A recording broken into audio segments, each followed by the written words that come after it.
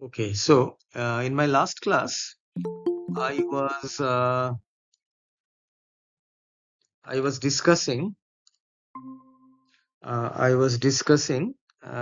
the history of how this novel came to be written, and I gave an introduction to Bankim Chandra and all that. So let us look at the summary. So I will offer here short summaries of each chapter. Of course, as this is a novel, this has about 21 chapters, though they are not very long, and there is a conclusion in the end. Uh, so, if we look at the chapters, the summaries, I mean, we will get a fair idea of the story of this novel. I don't know whether you have already read the novel, but if you haven't, you will get some kind of an idea about the storyline. So it was published in 1864, and Rajmohan's Wife by Bankim Chandra Chattopadhyay holds a historic place as the very first Indian novel written in English. So Rajmohan's Wife is generally given that honor. It is the first Indian novel written in English. It is a domestic suspense thriller set in the 19th century rural Bengal, centering on the fierce, morally courageous heroine Matangini. So Rajmohan's wife is Matangini, and this is the story of Matangini, really. And she is a young woman who is extremely brave and intelligent, and she is the heroine of this story. So the first chapter is titled The Drawers of Water. So, as you know, it was the custom in rural Bengal and even uh, in the modern times also in rural Bengal. This is a story which is set in what is now Bangladesh. So it is called East Bengal. So obviously, a place in that part of Bangladesh, which is now Bangladesh, of course. So the first chapter depicts the story of two young women. It opens on a hot summer afternoon in the village of Radhaganj. Radhaganj is the name of the village where the story is set. Konok Moi, or Konok in short, visits her 18-year-old friend Matangini. So Matangini is only 18 years old and she is married to Rajmohan. We as yet don't know about that, but Konok Moi is her friend. Konok coaxes a reluctant Matangini to break societal taboos and venture out of her house to fetch water from the Madhumati river. So there was actually a kind of an injunction, or uh, Matungini's husband, Rajmohan, though it is not said here. Of course, there were certain societal taboos that young woman would not go out unaccompanied by her husband. So she should not venture out in the public among the people. So Matungini was reluctant to go and fetch water from the nearby Madhumati river. So the village of Radhaganj is situated on the river called Madhumati. So we have to remember these names. So remember these names. Radhaganj is the name of the village and Madhumati is the river. And Matangini, of course, is the heroine of this novel. Konok Moi is her childhood friend. Now, as we see here, Konok Moi is a Kulin Brahmin woman and she's about 30 years old. So She is a bit older than Matungini, and she visits her friend Matungini and asks her to accompany her to the pool or this pond, from the river rather, to fetch water. Matungini is hesitant because her husband has forbidden her to do so without his permission. However, Konokmoi, she prevails upon her to accompany her to fetch water. So, in doing this, in going with Konok, Matungini breaks the societal rules. The rule that her husband, Rajmohan, had imposed on her. So, right at the beginning of this novel, we are introduced to the heroine of this novel and her friend, the two characters, and the setting is also mentioned, and there is a kind of a tension that builds up. So obviously Matungini is not she doesn't want to break those to go to the river and fetch water, defying her husband's orders, but ultimately she is persuaded in doing so. Now chapter 2, so this is the first chapter. Chapter 2, it is titled The Two Cousins. As the two women return from the river, a sudden gust of wind displaces Matongini's veil. Her face is spotted by two wealthy cousins looking out of a window. Mothur Ghosh is one of them, a corrupt, heavy-set zamindar, and Madhav Ghosh, an educated, gentle person. Madhav recognizes her as his sister-in-law. So obviously, Matungini is Madhob's sister-in-law. Uh, Madhob's wife is Hemangini, who is Matungini's younger sister. So in this chapter, the two cousins, the both the women, they are returning with their pitchers full of water. And Mothur Ghosh, we are introduced to two more characters, the two main male characters in this story, apart from Rajmohan, of course. Mothur Ghosh and Madhav Ghosh. Now they are cousins. They are cousins, and Mothur Ghosh is described as a kind of a crude, very fat, and a kind of uh, a person who of ill repute, and he is conversing with his uh, brother, cousin, that is handsome and suave cousin Madhav Ghosh, and they were discussing about the merits of the life in Calcutta as opposed to the life here in Radhaganj village. Now they see Konok and Matungini passing by, and their curiosity is aroused because not always the women, they venture out, because as you know, in those days this story is set in the mid 19th century. So obviously in those times women did not go out, as I told you, often. So they are curious to know who these women are. Now they had obviously covered their faces, but the veils from the faces of Matungini and Kanok are removed by this gust of wind. And Mothur knows Konok because he has seen her, but he asks Madhav about Matungini, who is Madhav's sister-in-law. So, Madhav is not, he doesn't like Mothur's way of referring to uh, Matungini, and he asks him not to prattle about a respectable woman. So this is uh, there in the how Madhav Ghosh objects to the way he refers to Matungini. Mothur is surprised to learn that such a remarkable beauty, within quotes, that, of course, referring to Matangini, is married to that clown Rajmohan. So he refers to Rajmohan as a clown.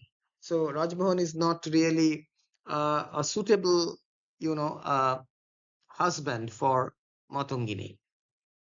So the second chapter, obviously, it introduces the cousins Madhav Ghosh and Mathur Ghosh. Mathur Ghosh is the villain of this story, and Madhav is the hero. Now let us move on to this third chapter. The truants return home. Truant, of course, it is Matangini, who had gone away from home, defying her husband's orders. Now, Matangini returns home in a state of agitation, and she finds that her notoriously short-tempered and cruel husband, Rajmohan, is really extremely angry with her because she has defied his orders. Now, obviously, he is furious because she has left the house without his permission. And Rajmohan, what he does, he takes that pitcher of water, that full pitcher of water, and he empties the pitcher on the ground. And he is such a boorish kind of a person that he assaults her, uh, beats her, and threatens to kill her. So we can understand, we are introduced to this person, Rajmohan, uh, who is one of the main characters, male characters in this story.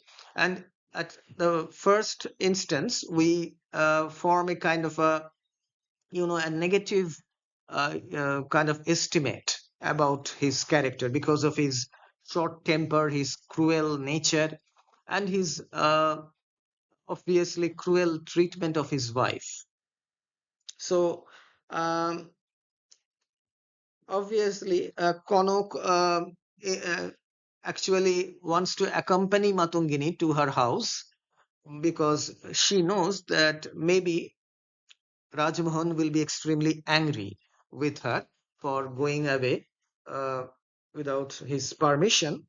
But Matungini forbids that, and she says that she is quite used to ill treatment at the hands of her brutish husband. And now, when Rajmohan pours the water from the pitcher on the dust heap, his old aunt, his aunt is, she stays with Rajmohan, and she chides him, rebukes him. Rajmohan then demands an explanation from Matungini as to why she has not listened to his orders. Why did she go out to fetch water? So now Matungini is afraid of Rajmohan, of course, because he is so brutal in nature. He is a real brute who is always, beating her and treating her cruelly. But she, somehow or the other, she masters courage, and she replies within quotes, she thought that there was nothing wrong in it. So she says that she didn't think that there was not anything wrong in going out with her friend to fetch water. Uh, Rajmohan is not satisfied, of course, by this answer. He tries to strike her, but Matungini faces him with bold determination. She does not run away or she does not cower, but Rajmohan desists from hitting her, but he goes on abusing her verbally. And now his aunt comes in and she also scolds him. So Rajmohan is frustrated. He goes out of the house, quote, pondering whom to fall upon and smash up. So he is in a very evil mood, and extremely angry because he could not beat up his wife. Of course, he is in an angry mood and he goes out to pick a quarrel with someone else. So it is a kind of a chapter where we get a picture of this person, Rajmohan. He is introduced to us, and the character of Rajmohan, obviously, we form a very unfavorable, kind of estimate about this person. Now, let us go to chapter 4, the history of the rise and progress of a Zamindar family. Now, here we get the history of the family of Mathur Ghosh and Madhav Ghosh.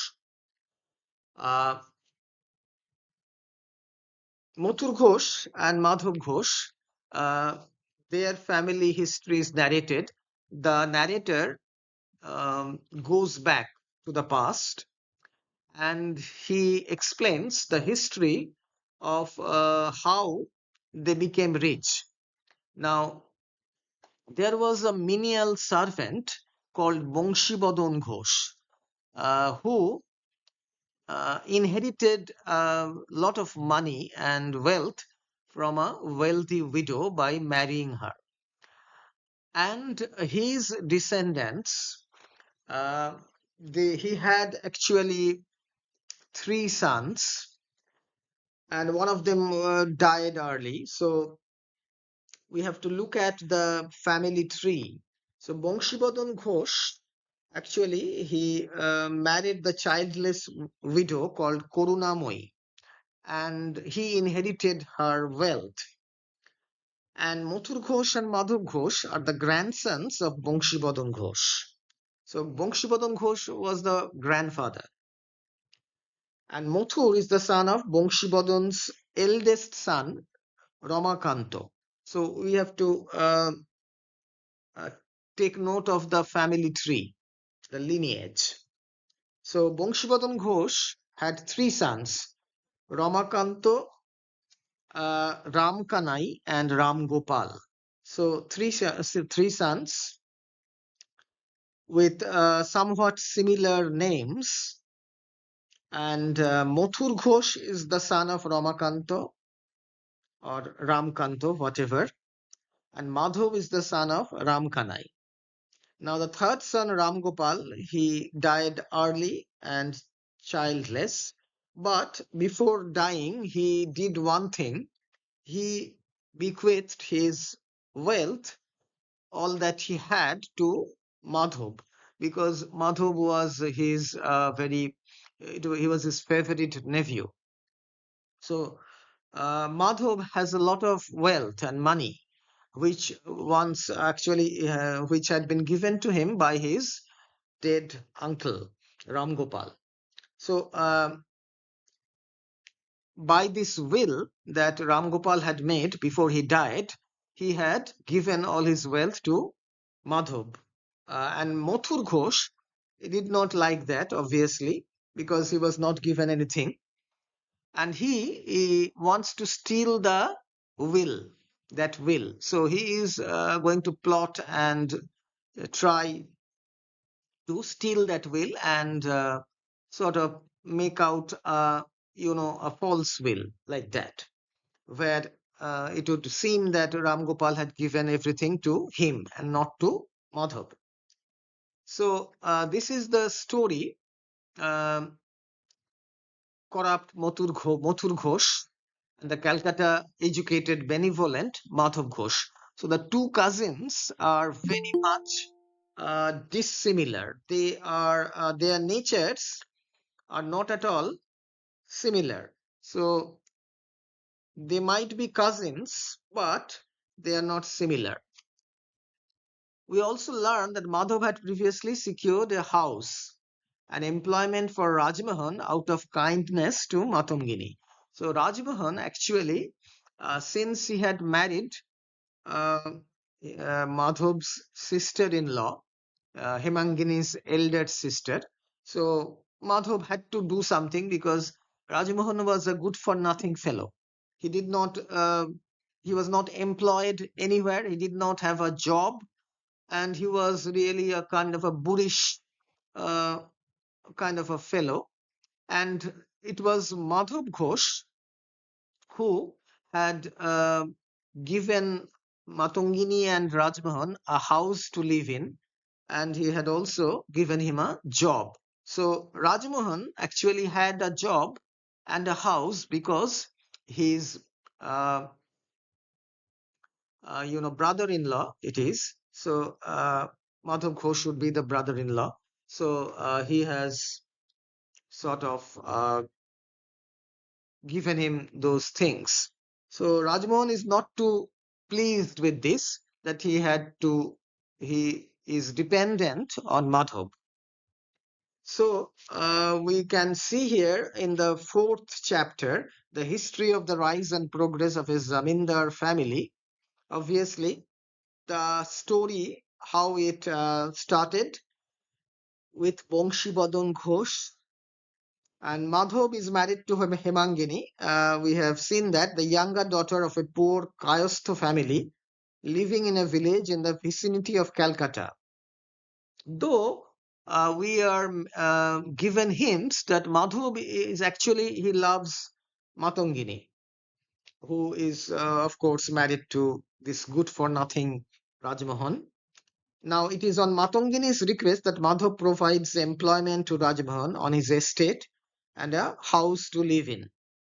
So the relations between Rajmohan and Madhav, the relation is strained, and the two sisters, they are not able to meet regularly because Matangini, as we all have seen, she is not allowed to visit other people outside, not to go outside her house because Rajmohan has forbidden her.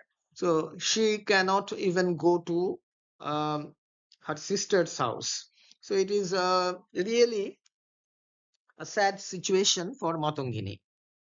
Now Rajmohan knows that Matangini and Madhav were childhood lovers. So he is also he is not obviously did not like that, and he suspects that Matangini is continuing her affair with Madhav. So, which is of course not the case, but Rajmohan is a very kind of a person who is has a very suspicious nature, and that is the reason probably why he ill-treats her, and he has forbidden her to leave the house without his permission. So the 4th chapter here we can see it is a kind of a explanatory chapter, a chapter where the history of this Ghosh family is related, as well as Rajmohan's, the reason why Rajmohan was uh, ill disposed towards his wife. So this is the 4th chapter. Now we will go on to the next chapter, that is chapter 5, a letter, a visit to the Zenana. Zenana, of course, you would know that it is the Andor Mahal in Bengali. Andor Mahal, and it is the place where the women of the household stay.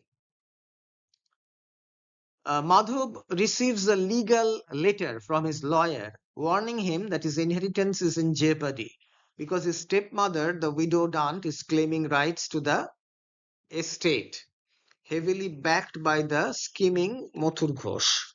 So here in chapter 5, Madhav is disturbed when he receives this letter from his advocate in Calcutta, to the effect that his aunt, that is Ram Gopal's wife, Ram Gopal, who had given his wealth and money to his nephew. Now, Ram Gopal's wife, who is of course Madhav's aunt, she has filed a suit against him. at someone's instigation and has claimed her late husband's will. So actually, it is Mathur Ghosh who has instigated his aunt to do this, and Madhub obviously uh, goes to the inside of his house when it was a busy household which was preparing for the mid-morning meal. So here, as we see, a visit to the Zenana, Madhub goes inside. He is looking for his aunt, and he is told that she is not there.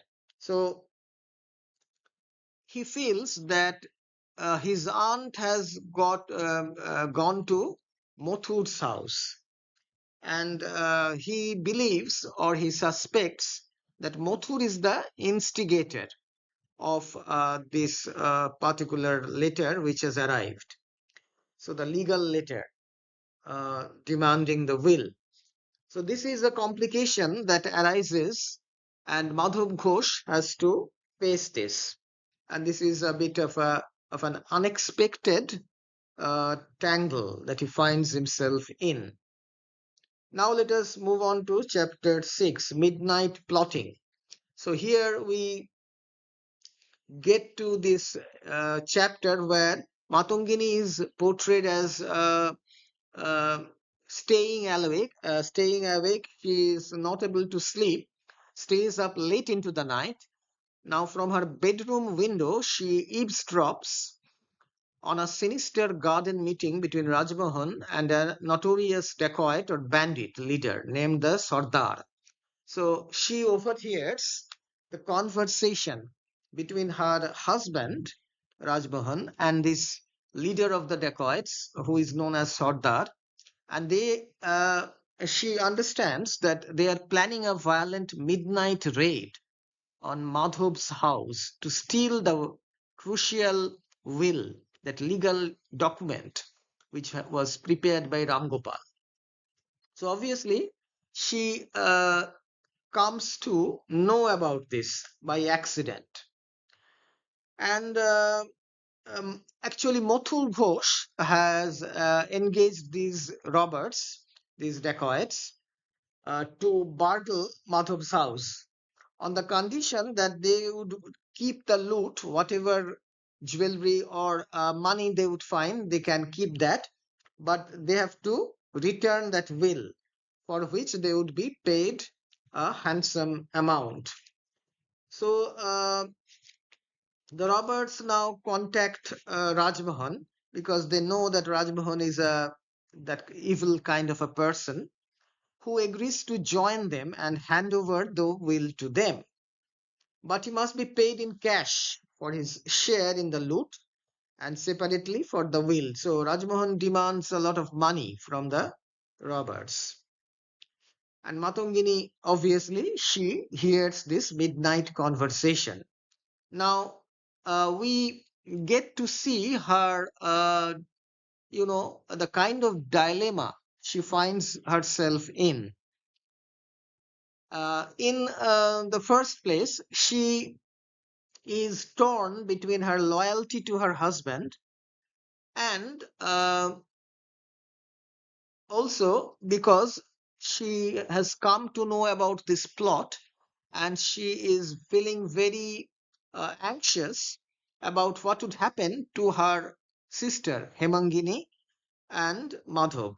So she wakes up the servant Koruna and asks her to go and inform her sister of her arrival. So sorry, no, actually this happens in the next chapter, but here she takes a very brave decision here, and this decision is to brave the hazards of the dark jungle that night, which is there, which she would have to cross alone if she had to warn Madhub and Hemangini about the impending dacoity. So obviously, this is a chapter where we get to see the villainy of Mathur Ghosh and Rajmohan, as well as the great courage and uh, her love for her sister and also Madhav, because she wants to uh, warn them before that dacoity can be committed. And this is a very important chapter because she takes the decision to go alone to Madhav's and Hemangini's house. So this is midnight plotting. Now, chapter 7, Love Can Conquer Fear. So here, the writer, the novelist, has said that, given this title, that uh, if one loves someone really deeply, then obviously one is uh, prompted to take some actions which might be detrimental to one's safety. So, this is what happens here. Now, horrified by her husband's betrayal, Matungini is really horrified when she hears that Rajmohan has joined the dacoits and he's going to raid Madhav's house, uh, who is his benefactor, obviously. Matungini makes this bold decision, and defying all dangers of the pitch black night, the wild animals which might be roaming in the forest, and there might be also evil persons, she slips out of her house alone and treks through the wilderness to reach Madhav's mansion to warn him.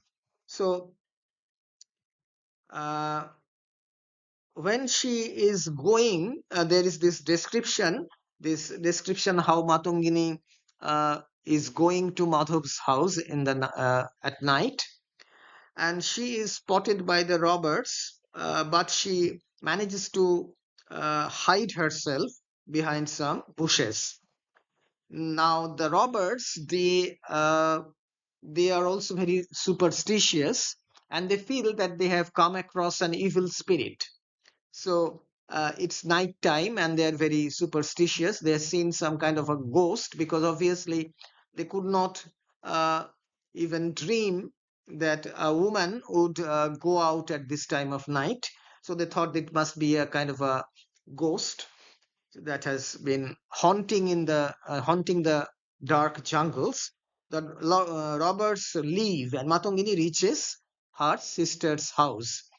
Uh, so she wakes up the servant Koruna. Now she wakes up the servant and asks her to go and inform her sister of her arrival. So in this chapter, chapter 7, Love Can Conquer Fear, Matungini is really her courage, her resolution, and her determination to save her sister and uh, sister's husband. It is beautifully portrayed here by the novelist Bankim Chandra. So this is an important chapter, and the previous one was also an important chapter. Now we will move on to chapter 8, Forewarned and Forearmed. So Matangini successfully goes into Madhav's house and wakes him up.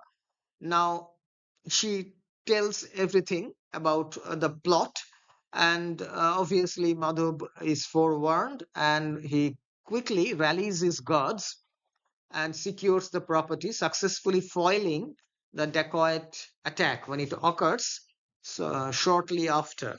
So Matungini first informs her sister and then, of course, Madhav, that she has come to warn them of the impending dacoity in their house and asks them to safeguard his uncle's will. Madhav collects his men and the dacoity is averted. And as he returns to thank Matungini for the favor, their dormant love surfaces. So when they were children, from that time they had loved each other. But obviously it is not possible to be united now to marry or anything like that because they are already married, but they both understand each other's feelings. So obviously there is this a barrier to their the fulfillment of their love. So this chapter also it showcases how Matangini's bravery. It also showcases her love for her sister and Madhav, and how she braves all the dangers. So this character, Matangini's character, as portrayed by Bankim Chandra in this novel, it is a justly say that it is a remarkable character, because no ordinary woman would have dreamt of going out at that time of night. She was only 18 years old, and she had not ventured out alone earlier. So, let alone at night, so not even in the morning. So, it is a remarkable feat on her part, really. So chapter 8 is forewarned and forearmed. Now chapter 9, we meet to part. Uh, Here uh, we are witness to an emotionally charged scene. Matangini insists on leaving before sunrise to avoid suspicion. So obviously she does not want her husband Rajmohan to know about her presence.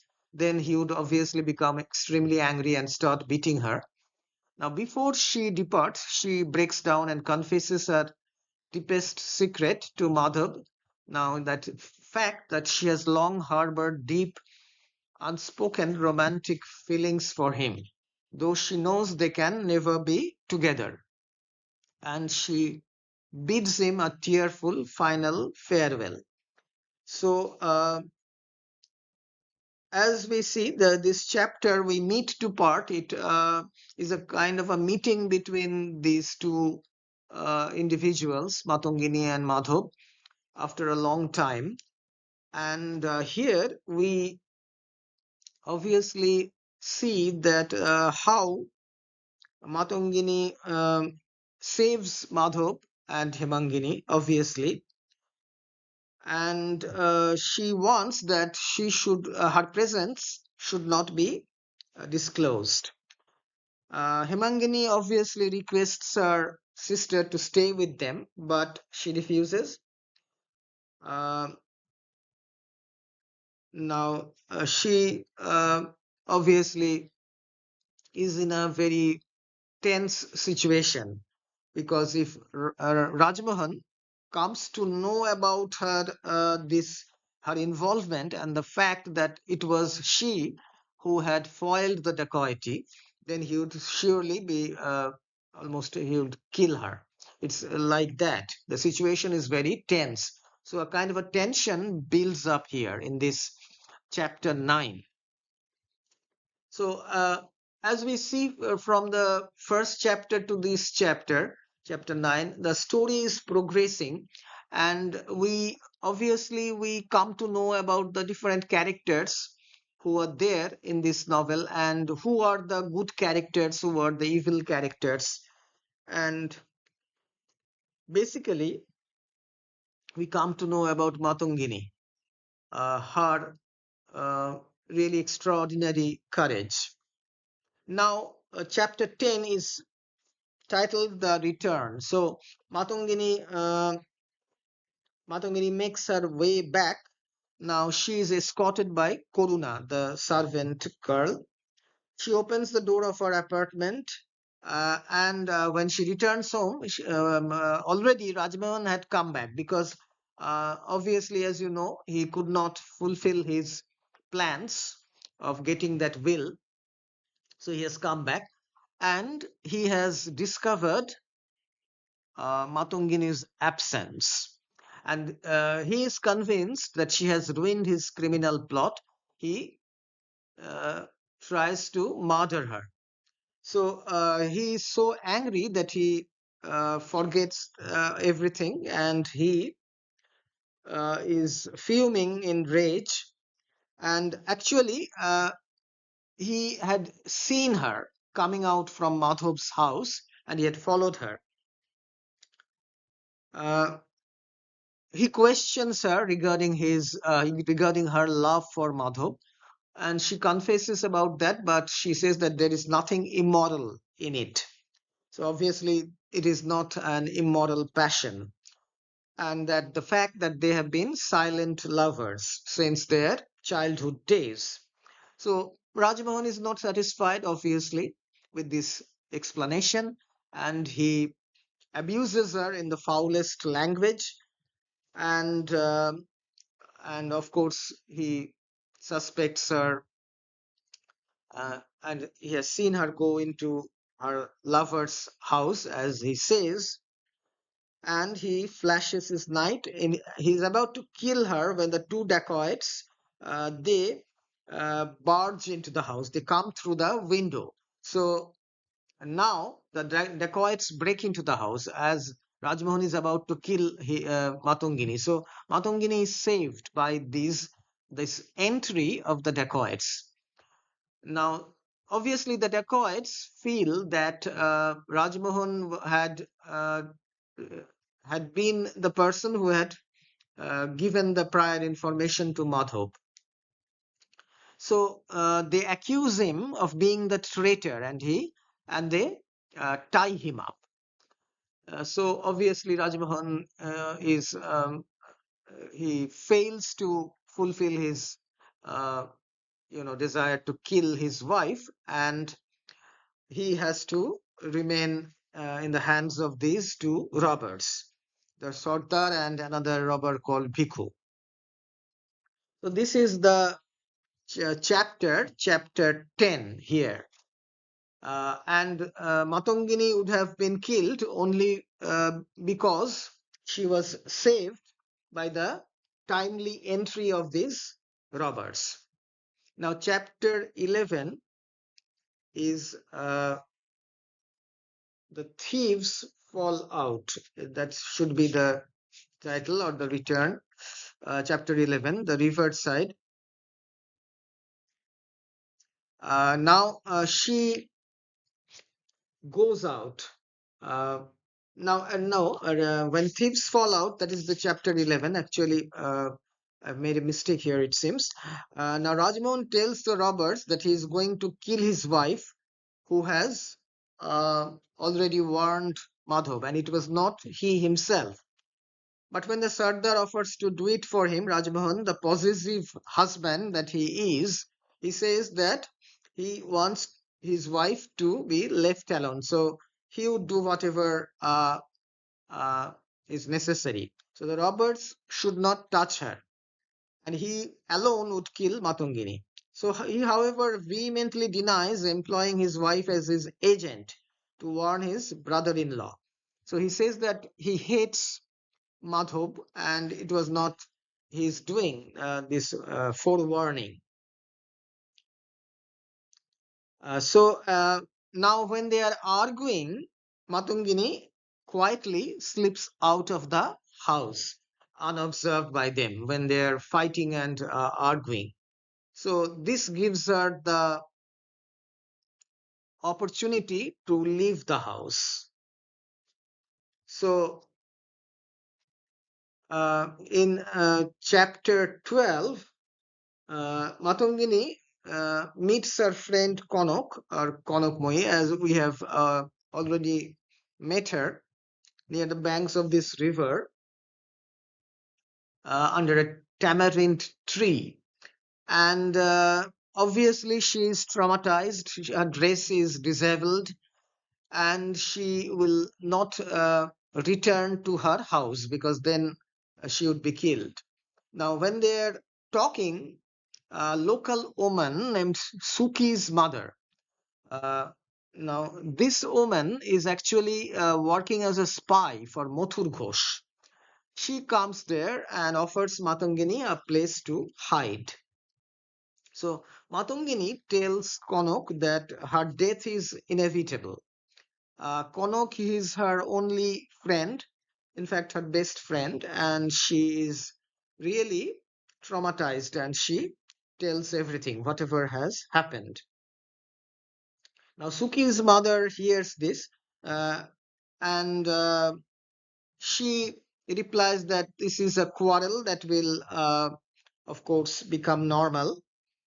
and she suggests that Matongini should go to her sister's house. But Matongini says that she would not go to Hemangini's house. Now she offers to take Matongini to Mothur Ghosh's house because uh, Mothur Ghosh's elder wife Tara loves her and will be overjoyed to see her. So Mothur Ghosh has two wives. Uh, Tara is the elder wife.